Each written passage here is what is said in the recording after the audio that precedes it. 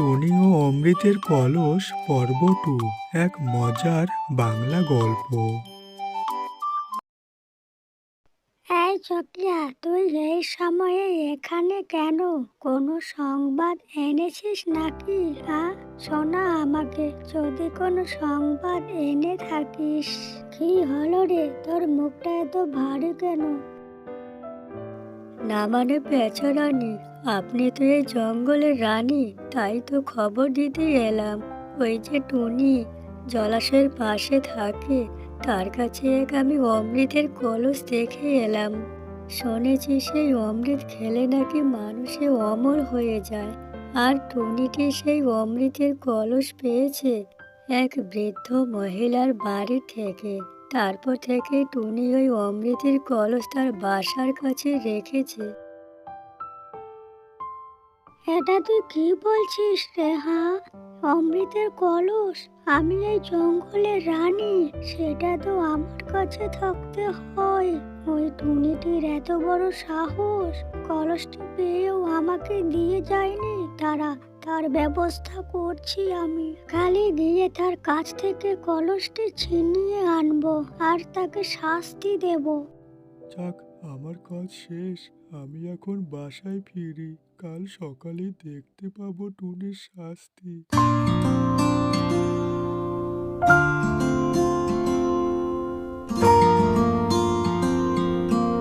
অমৃতের কলস? কিন্তু সেটা তো স্বর্গলোকে থাকে, তাহলে মর্ত্যলোকে এলো কি করে? না, সেটা যে করেই হোক টুনির কাছ থেকে ছিনিয়ে নিতেই হবে আমায়। যে করেই হোক নিতেই হবে ছিনিয়ে।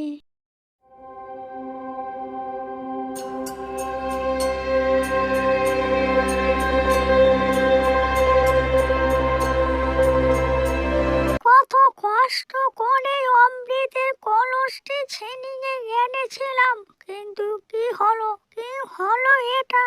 কোনো ফায়দাই তো হলো না। শেষমেশ অমৃত খেতেই পারলাম না। ভেবেছিলাম অমৃত খেয়ে আমি অমর হয়ে যাব, আর কোনোদিনও মৃত্যু হবে না আমার। কিন্তু দুর্ভাগ্য, আমার কিছুই হলো না। অত সহজে আমিও হাল ছাড়বো না। যেখানেই থাক, কলসটি খুঁজে বের করবই। এদিকে জঙ্গলের আরো অনেক পাখি টুনি পাখির সামনে সেই কলসকে দেখে চলে আসে। তোমরা এভাবে কি দেখছো? এটা এক সাধারণ কলস, কিছুই নেই জল ছাড়া। ওই পুকুর থেকে জল পান করতে অসুবিধা তো, তাই এই কলসটি নিয়ে এসেছি। তোমরা আবার বেশি কিছু ভেবো না। আর তোমরা দুজনে তো ভালো করে জানো, কয়েকদিন ধরে আমার শরীরটা খুব অসুস্থ।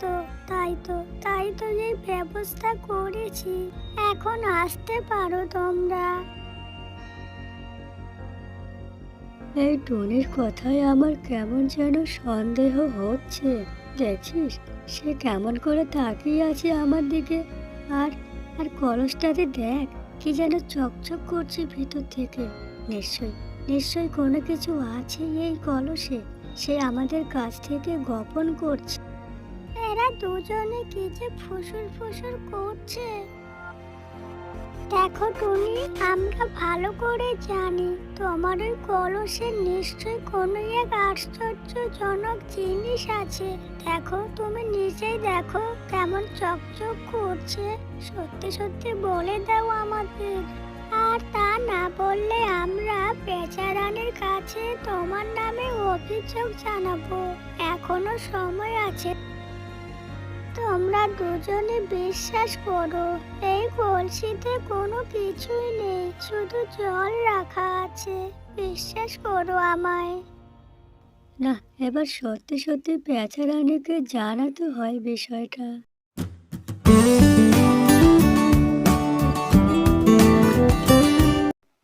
এখন তারা যদি বেচারানীকে বলে দেয়, তাহলে তো বেচারানী আমাকে শাস্তি দেবে।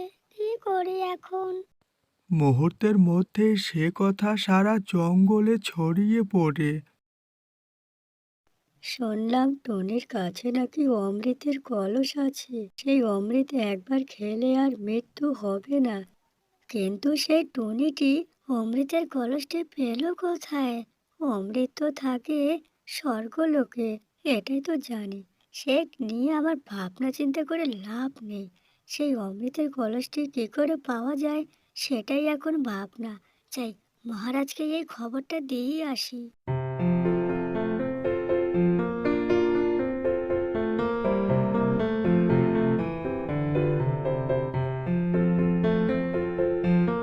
তারপর শিয়ালটি মহারাজ সিংহের কাছে চলে যায় খবরটি দেওয়ার জন্য। হয়তো হয়তো ভাগনা আসছে মনে হয়। নিশ্চয় নিশ্চয় কোনো খবর নিয়ে আসবে। কে ভাগনা? সেই তখন থেকে তোমার জন্য অপেক্ষা করে আছি। আমি জানি তুমি কোনো ভালো সংবাদ নিয়ে আসবে। খুব খিদে পেয়েছে, তাড়াতাড়ি খাবারের সংবাদটা দাও আমাকে। মহারাজ, মহারাজ এমন একটা সংবাদ নিয়ে এসেছি যেটা শুনলে আপনি চমকে যাবেন। সত্যি বলছি, এক টুনি যে জঙ্গলের এক জলাশয়ের পাশে থাকে, তার কাছে এক অমৃতের কলস। যেই অমৃতের কলস একমাত্র স্বর্গলোকে থাকার কথা, সেই অমৃতের কলস টুনির কাছে। হ্যাঁ, তুই কি বলছিস ভাগ্নে? তাহলে তো ওই অমৃতের কলস যে করেই হোক পেতেই হবে। একবার ওই অমৃত খেলে আমাদের আর জীবনেও মৃত্যু হবে না। চলো চলো, কোথায় সেটা? হ্যাঁ মামা, ওই টুনিটি এই জঙ্গলেই থাকে। আমি তাকে ভালো করে জানি। সে কোথায়? চলেন, আমার সাথে চলেন, এক্ষুনি চলেন মামা।